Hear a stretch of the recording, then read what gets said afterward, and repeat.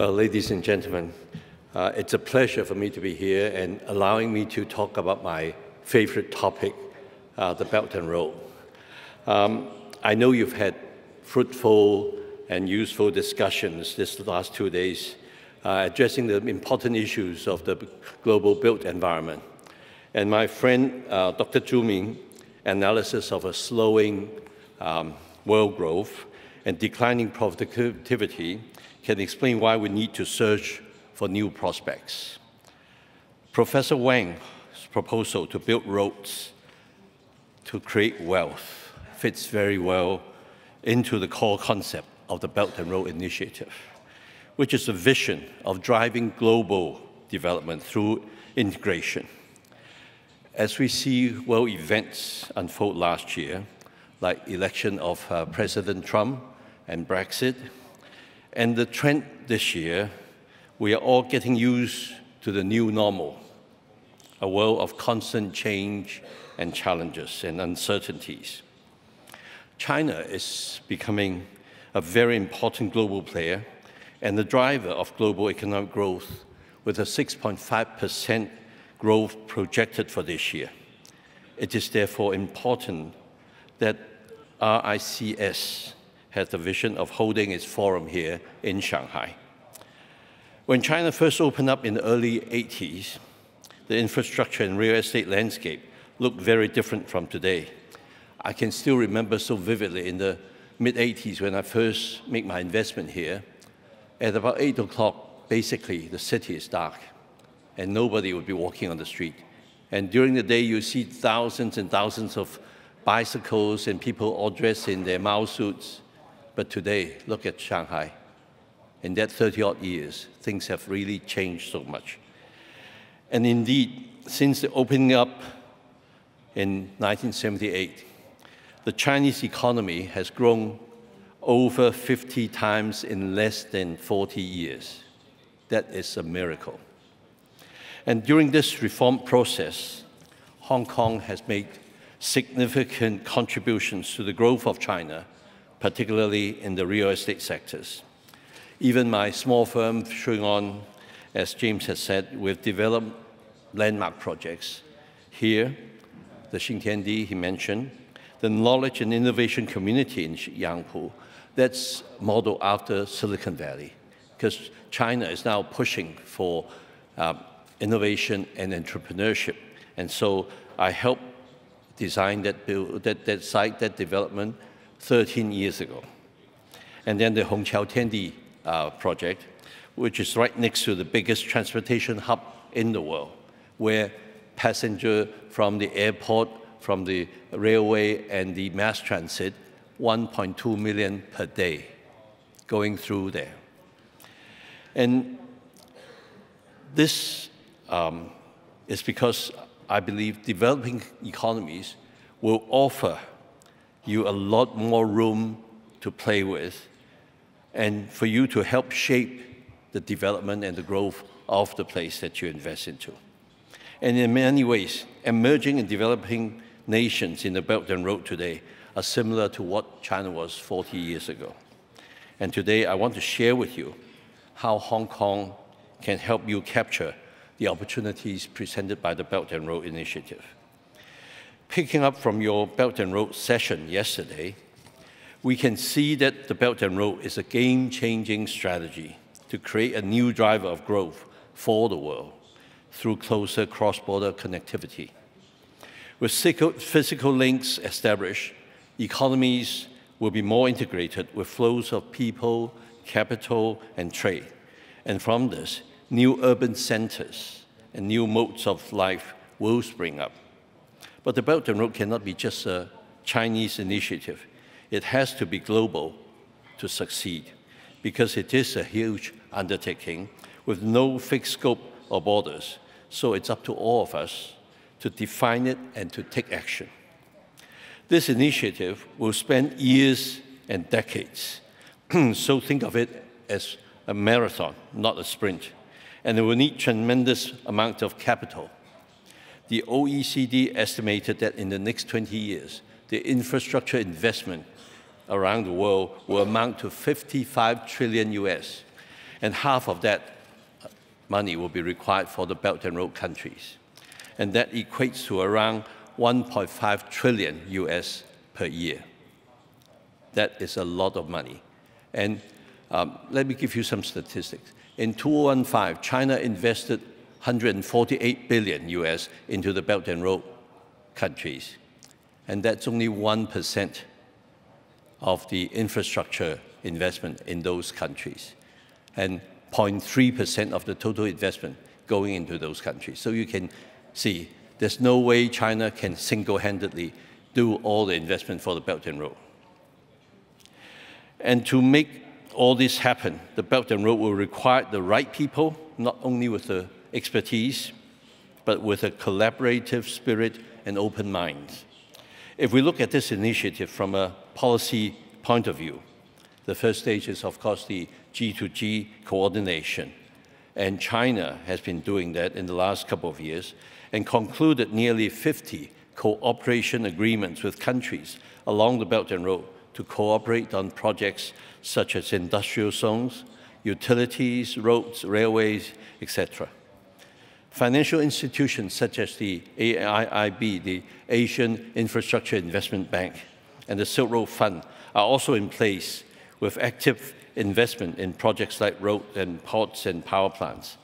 And furthermore, the Belt and Road has already gathered strong momentum with over 20 heads of states scheduled to attend the Belt and Road Forum for International Cooperation in mid-May this year in Beijing. From a business and industry point of view, physical connectivity on the Belt and Road presents the first opportunity, and this is where our industry should take note. And let me look at some of the opportunities for our industry. First, of course, is the financing. The scale and long terms of the Belt and Road projects will need alternative sources of funding to traditional public finance. In fact, a few weeks ago, He Lifeng, chairman of the National Development and Reform Commission, said that China has invested over 50 billion US in the Belt and Road countries up till now, which is a different figure from the one I quoted, but that one I quoted was gathered from elsewhere. This is already $10 billion US more than the 40 billion Silk Road Fund. So we need both public and private capital. And in time, standard Belt and Road financing models may emerge to integrate specific needs and risks for the public and private sector to participate. Another area of opportunity lies in the legal and accounting side. Similar to the finance sector, Belt and Road models of contracts and terms may emerge as more of these projects are transacted, leading to gradual standardization. But initially, this will be a difficult road to travel because there will be so many different requirements. Of course, opportunities abound for our industry, whether it's surveying, engineering, planning, design, architecture. For our profession, I think this is complex and is technically, commercially, and culturally demanding. But it will need a lot of professional expertise and experience in large cross-border projects. Not only international experience is needed, but local talent needs to be nurtured to partner with international professionals. One very important aspect is, of course, the standards. I believe technical standards will be harmonized gradually, paving the way for easier integration for the professionals, as well as improving quality, cost, and efficiency, especially for surveyors. The evaluation of infrastructure and setting the standards are all crucial to ensuring that proper attention is paid to governance. And actually, I believe surveyors will have to get involved now because we're now looking at investment and how do we cost them, right? That, I think, will be absolutely vital. Related to developing standards is the role of technology. The massive inflow of investment across the construction industries will bring greater technical capacity for less developed countries. This area especially has high potential because many countries can leapfrog into new technologies from day one. Look at what China has done. It's basically because China has leapfrogged all the development phases. Since the latest technology and innovative building methodologies can be used, this opened up huge opportunities for companies in the surveying, construction, materials, and engineering sectors, as well as technology, software, and green tech fields. Finally, we need to consider social, economic, environmental, and cultural aspects. With international participation in the Belt and Road projects, governments and investors need to address a host of social, environmental, and cultural preservation concerns alongside financial returns. This will gradually evolve into generally accepted guidelines and measures and level out the discrepancies between different markets. Sustainability is indeed a core value that needs to be incorporated at the very beginning stage and implemented from the highest level. We have also seen how important it is to assess risk, to operate from an effective platform, and to gather international expertise under one roof. And looking at these complexities, there needs to be a neutral, commercial platform to coordinate and integrate the world's resources to go into the Belt and Road projects. And let me share with you how I got so excited about the Belt and Road. Is when I first heard of this grand scheme in 2013, I also hear that, okay, it's 65 countries, 4.4 billion people. The immediate question that hit me was, how actually can a company like Shui On get involved into it? So I was really scratching my head, and then I thought, oh, this is just a grand political slogan by President Xi. But he's been a traveling salesman the last 2-3 years, and he has concluded 50 cooperation agreements. And then also, if you look at the figures, we have 61% of the world's population, but only 29% of the world's GDP. So there is a lot of upside there. So it's going to be opportunities that we are, it's up to us whether we want to try and capture them. So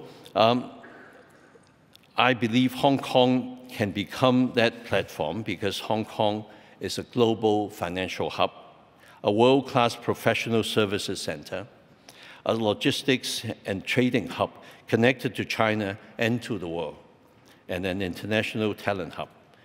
The combination of these advantages gives Hong Kong a competitive edge. This begins with an open and transparent legal system based on common law, an advanced banking and financial system, and free flow of information, capital, and people. And Hong Kong being part of China and facing the world, Hong Kong also has the cultural affinity and networks to be a facilitator. We also have the structural advantages. For example, the China's 13th five-year plan has earmarked Hong Kong to play a key role in the important Belt and Road sectors of finance, transport, and trade. We also have capital structure and reciprocal agreements on professional qualifications and accreditation with mainland China. These include the China Institute of Real Estate Appraisers and Agents, the China Engineering Cost Association, and the China Association of Engineering Consultants. At the same time, the complementary role between the different hubs, such as Hong Kong, Shanghai, Guangdong, and Beijing, make Hong Kong a good partner to facilitate Chinese outward investments in the Belt and Road projects, or inward investment into China's own Belt and Road hubs. China's outward investment in the past 2-3 years, 60% of them come through Hong Kong. So I don't see that changing anytime soon. As many of you will know, Hong Kong has expertise in commercializing large projects, especially infrastructure, making projects bankable, and developing PPP and BTO models, such as developing residential transport developments. As a global financial hub, Hong Kong also enjoys strong international institutional support. For instance, Hong Kong will become a member, not will become, we already now is a member of the AIIB and is qualified to be its corporate treasury center. Along with experience in cross-border projects, Hong Kong's professionals have international exposure. We therefore have the network and partners like bankers, suppliers, government contacts, co-investors, and others to make the ecosystem effective. Hong Kong's experience in the reform and opening up of China is of critical importance and a major competitive edge for Hong Kong. We played the role of investors, integrator, and facilitator in bringing FDIs into the mainland. We helped China to reform and open up every step of the way. That invaluable experience and knowledge will be vitally important for the Belt and Road countries. As a non-profit organization, I'm talking about the TDC, that promotes trade and investment through Hong Kong, the Hong Kong TDC is not commercially driven, but we are closely attuned to the business community and well connected with government to facilitate the Belt and Road projects. We have an established global presence with 46 offices around the world, including 28 of them along the Belt and Road countries. With the aim of facilitating prospects, we have developed strategic alliances with the industry, institutions, banks, and international chambers. We also provide information that can help you make informed decisions. For example, our Belt and Road Resources portal has already 1.8 million visits from all over the world, and it's the Belt and Road.hktdc. So if you want to gather information on the Belt and Road, it's there for you. Another crucial element of our work is to build networking platforms for business matching and investment opportunities. The Belt and Road Summit is one such platform. Last year, our inaugural summit attracted over 2,400 attendees. Hong Kong's position for the Belt and Road was endorsed by the chairman of the National People's Congress of China, Mr. Zhang Dejiang. And this year's summit will be held on September 11th. I invite you all to come and join us. We also organize outreach missions to Belt and Road countries. Last year, we went to Kazakhstan, Indonesia, and Cambodia, Dubai and Iran, Hungary, Czech Republic, and Poland, and the list will go on. And I will lead a delegation in May this year to Thailand and Vietnam to negotiate on projects identified by our TDC officers in those countries. And we have called a meeting of our strategic alliances to identify feasible projects with an aim to moving them forward to the commercial negotiation mode in our coming visit. And let me maybe also explain to you how we work with our strategic partners. So after the summit last year in May, we continue our dialogue with our partners, and we ask them where they think they would be interested. Because our partners are all from all sectors, bankers, professionals, chambers of commerce, as I've said. And then we have now come up with a list, a very short list of the countries that we think should be priorities, because there's no way we can start investment into all 65 countries. So we are now working on Thailand and Vietnam. And we have asked our officers to identify the projects. And then we discuss with our strategic partners. And the last meeting I chair myself, and we have now project champions. They are taking the projects forward. And I asked them to look at, okay, what are the critical issues in those projects that we will go and negotiate with the Thailand and the Vietnam government. And we've also asked our Association of Banks, particularly HSBC, to help us draft a standard loan documentation, because I believe bankability is vitally important for investment. So we will be going to these countries and say, these are the basic terms. If they cannot agree to it, then I'm sorry, we will have to move elsewhere. So today, we have seen some major trends in the industry which we should ride on and prepare ourselves for. Surveyors in particular need to be familiar with the differences in Belt and Road countries, including the natural constraints, geopolitical context, cultural, religion, social characteristics, and ways of doing business. For the small and medium-sized companies, go where the big companies are going. but you need to also do your own homework. For everyone, go out, make connections with Belt and Road countries and build networks. You can think short-term, but plan long-term. Think about restructuring your organization if needed. I still remember when I first started investing into the Chinese mainland, I really had a struggle with my own organization. I literally have to almost go on my feet to go and ask my staff to relocate to work in Shanghai. And we have to pay them a very substantial hardship allowance. But now, everybody's queuing up wanting to come and work in Shanghai. So you will need to align your business and financial position to take on these risks and opportunities and nurture your people, as I've mentioned. You have to really train them up so that they are equipped to come and work effectively. Especially, I think you need to first build an incentive scheme to try and relocate your best and the brightest, because I always believe you have to send your best people to where the opportunities are.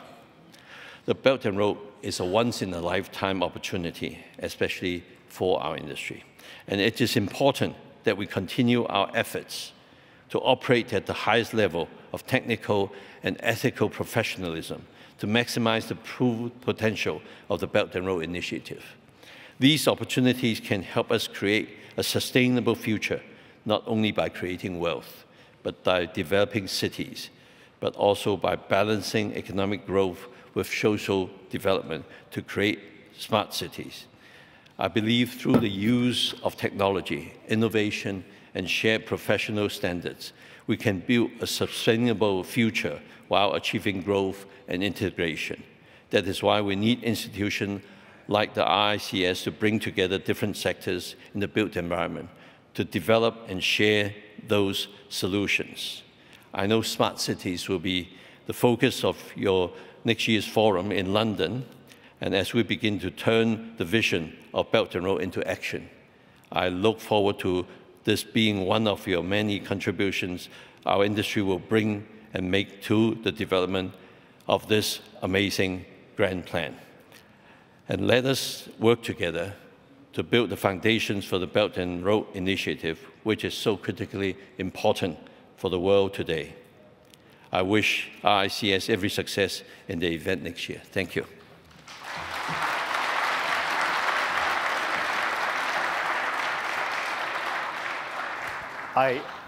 Thank you very much. I hope you agreed to do it, but I was told that perhaps you may take a couple of questions. Yes. And thank you very much to Vincent Lo for sharing your insight, but also your championing of One Belt, One Road. And you really have been to a lot of the countries on the One Belt, One Road already.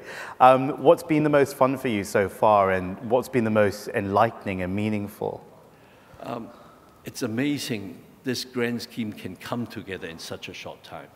At first, a year or so ago, when I was urging the TDC to take this on, there was a lot of hesitation, even within our organization. But now everybody can see that this is the way to go for the future. This is the future of the world. You opened up your time with us by sharing about the current global trends and the election of the US president. And that's what we did here yesterday as well, where we looked at the geopolitical impact of some of those likely decisions. I'm trying to be very polite by saying this. Do you think, therefore, that even though One Belt, One Road had such strong backing and had such a strong outline vision from the start, that the opportunity now being provided by the protectionism in other parts of the world naturally allows One Belt, One Road to flower even more? I do believe so, because right now, if you look at the US, it's going back into protectionism. And then Europe is really in a very difficult situation. The euro, is it really going to break up? So I think the opportunities is along the Belt and Road, where these countries are now just starting to develop. Right? Just now I quoted the figure. It's only 29% of the world's GDP, when it's 60-odd% of the world's population. So there's a lot of upside. So I do believe this will be critically important, not just for China, it's actually for the world. And a lot of Western countries are now very keen on the Belt and Road. are there still schools of thought which are hesitant about it? And we know that there are countries and regions that are still holding back a bit. Perhaps they're used to the established orders, ways of doing things. What do you say to people who come to you and they say that they have concerns?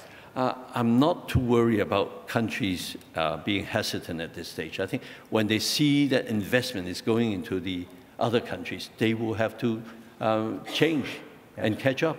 And it's actually more the companies, I think, that will be worried because, like I was saying, how do you get involved, right? So I think you have to, first of all, mentally prepare yourself, prepare your staff and say, okay, we're going to go to new markets. How do we learn about the new market? How do we operate there? That's so exciting. Well, I want to open up the floor to questions from anyone, and I know that there are going to be questions on this. To Mr. Low, where should we start off first? I feel that this is the ultimate masterclass in One Belt, One Road. Amanda, you said you had a question earlier, but was shy to ask it. But fantastic. Thank you, first of all, for taking time out to come and talk on this, and thank you for the aspiration around One Belt, One Road. You talked about individual nations and how they need to engage with One Belt, One Road. We've got our governing council here. We've got people that have travelled far and wide to come to the World Built Environment Forum. What advice would you give to perhaps the delegates sitting here in terms of what they should be taking back to their countries in terms of how they can get engaged with this? You talked about joining through the website, but what practically as built environment professionals can we do to help? I think you just need to prepare yourself. Just now I was saying, for the different organizations, you need to pass this message out that, okay, this is going to be the future. How do we prepare ourselves for it? Right? There's no way you can tackle all 65 countries. So you need to prioritize yourself and say, okay, are we going to be working with Eastern Europe, for example, if you're from Europe? Is that going to be the starting point? Do you want to go and work with Poland, Czech Republic, or what? And then for, I think, Asia, I think the ASEAN countries would be the starting point. That's why we've chosen Thailand and Vietnam. But they are already very different from what we do. And then also the legal system. How do you try and balance that? They don't practice the common law system. So how do you draw up your contracts? That's why just now I was saying, I asked the Association of Banks in Hong Kong to come up with a standard loan documentation. The next thing we're working on is an investment contract, a standard one, so that we take that to the countries concerned, put it on the table and say, these are our basic terms. So for yourselves, I think surveyors will have to be involved right from the start because there's no way we can take those projects to the banks without your help. You can get involved now. I think you probably got the biggest champion of One Belt, One Road over here. So we're going to take that conversation from Amanda Clack, who is the current president of the RICS, to a former president, who's Dr. Ong Si Lien. Thank you, Mr. Low, for your very insightful presentation on the Belt and Road initiatives. Now, many people out in the market will think that the Belt and Road will benefit only the Chinese companies. But understand that even multinational companies such as GE, ABB, Siemens have already projected their annual growth in their business plan because of the Belt and Road projects. Can you enlighten us on this matter? Obviously, the Belt and Road initiative came from China. President Xi is the promoter himself. But the thing is, I explained, it cannot be just a China project. It's got to be the global resources going into this. Otherwise, it won't happen.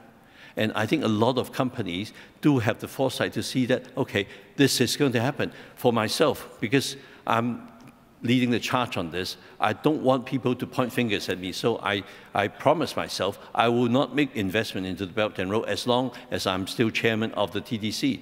When I step down, that immediately I will go. Okay, we've also got Professor Dong Yongheng, who you probably heard part of his presentation. He's the Provost Chair of Real Estate and Finance over at the National University of Singapore. Hi, Vincent. Every time I hear from your talk, I always learn a lot. I really admire you help to champion the One Belt, One Road strategy. As a major developer, of course, you are dealing with a huge new market, like you understand US market, you understand China market, Hong Kong market, or Asia market. Now you are dealing with a whole new market. However, you are the major developer. Do you have any advice for like the small company, small developer, whether how they can engage, participate in this One Belt, One Road strategy? Last, as you know, we are from National University of Singapore Institute for Real Estate Study. If you have opportunity for us to partner with to do some market analysis, risk analysis study, we are happy to join in. Yes, Thank I'll you. bear that in mind. I think I can maybe use my own example. When I first came into the mainland to invest, my company wasn't that big. So even 20 years ago, when I signed on the development of the Xintiandi project, which is 52 hectares right in the heart of town.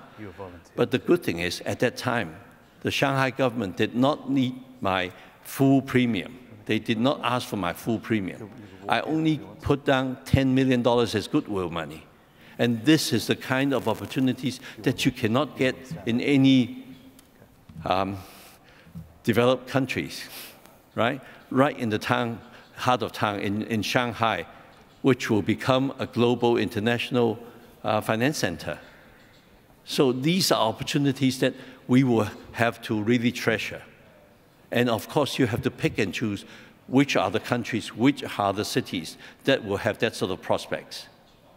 I put my money on Shanghai, and they paid for me handsomely. And I also helped create and change the city. What do you think are some of the fundamental, I want to say lessons, but fundamental insights that you draw from that early investment in Shanghai? And when we say investment, not to say it's just a financial investment, it was a personal investment. It was something that you gave of yourself and believed in the city, that something was going to happen or something magical had the possibility of happening. And how does that relate to One Belt, One Road, and how you are absolutely convinced, as are many people, that this is the way forward and that this is a handsome investment in itself as well? At that time, just to give you a good example, the Xintiandi investment, I only signed a 6-page agreement on that. Can you imagine? Even at that time, 20 years ago, we were looking at $4-5 billion US investment. 6 pages. But it worked perfectly in the past 20 years. And I'm sure it will be the same along the Belt and Road. But of course, I think you need to really understand the culture of the place. In Shanghai, it's very much a Chinese environment, Chinese culture, right? A handshake, a promise is as good as a signature. And you have to trust your own judgment. So maybe the ASEAN countries, there's a lot of Chinese influence. Maybe it's easier to work there. But if you have some inroads into Middle East or Europe, you know how to deal and handle there, then you can create your own opportunities. So Dr. Ong was saying earlier that one needs to be very attuned to the political culture of where one is working. And you just mentioned there in China, there are certain characteristics, at least in certain cities, with certain projects. With a project like the New Silk Road, which may be Chinese in vision, but as you said, is very much a global collaborative project. What does one need to do? Do you need to be knowledgeable of all those countries, those dozens of countries? Or is there a fundamental quality that one can be sensitive to that carries you through? I think obviously, James, you start by looking at the economics, right? If you go onto our website, you will find all those information there. The reason why we've chosen the ASEAN countries is because they're much more advanced in their economy, right? And they have a track record that you can refer to and say, you know, people have made investment there, they have been successful. It's easier that way. So that's a good starting block to work off of. We've got another question over here, which comes from Chris Brook, and he's a Senior Vice President at the RICS, and I believe an incoming president in 2018. Thank you, James. So I think if you could imagine yourself 5 years hence, looking back at what's happened with One Belt, One Road, what would you like to have seen achieved within that 5-year period in terms of key milestones or key achievements of the initiative? I hope there will be more countries or companies working on this starting today, because I think this is really a very, very important initiative for the whole world, right? If you look at those 65 countries, a lot of them are very, very backwards, and also a lot of them have been the troublemaker around the world. But if you can help them develop their economy, if they have hope, then they will not resort to terrorism. They don't want to kill themselves. So I think all these, are so important for the world today. And we also need a new driver of growth, right? The Western economies, I think, are all slowing down. And it will probably slow further. I want to ask you about the bipolarity of our world. And it's often described by political leaders as a world that is governed by two spheres of influence, one in Washington, of course, and one in Beijing. And as you have so rightly described, One Belt, One Road is just one, but a very promising framework that could unify everybody around something, which is very meaningful and positive and includes everybody as well. And we look at the Sustainable Development Goals, for example, the Secretary Generals, past and current, have talked about not leaving anyone behind. And that reminds me of the fundamental quality of what One Belt, One Road offers. What else can we do in this room? So you're talking to a room of industry leaders here. What can they do to encourage in their own ways and within their own platforms a rallying round of One Belt, One Road in a way that you do, but in their everyday lives as well? I think it's important that we recognize we have a lot of problems in the world today. And globalization is part of that problem, because then you now have a lot of people who are excluded, who are not benefiting from that whole process. So we need to go back and really look at ourselves and say, why has the world come to this stage? Why is it that people want to elect leaders who are actually quite crazy in my mind? Finally, someone said it.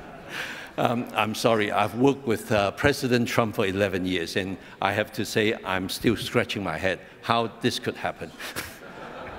But I think for us, I think we just have to recognize that there is this divide in the world today, and we have to really try and bridge that. Even in Hong Kong, we're such an affluent society, but we have now the young people who are so radically unhappy and frustrated because there's no way they can ever afford to buy a proper flat in their whole life.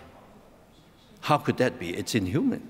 So we just need to now think, why should we create all these developers, including myself, to be super rich when there are a lot of people who couldn't even live in a proper place, right? We're now developing 160 square foot flats. How do you live in a place like that? A lot of people are renting rooms which are just wooden plank or even just separated by a blanket. That's inhuman. So we've got to look at that and say, we've got to make the world better, otherwise it's not sustainable.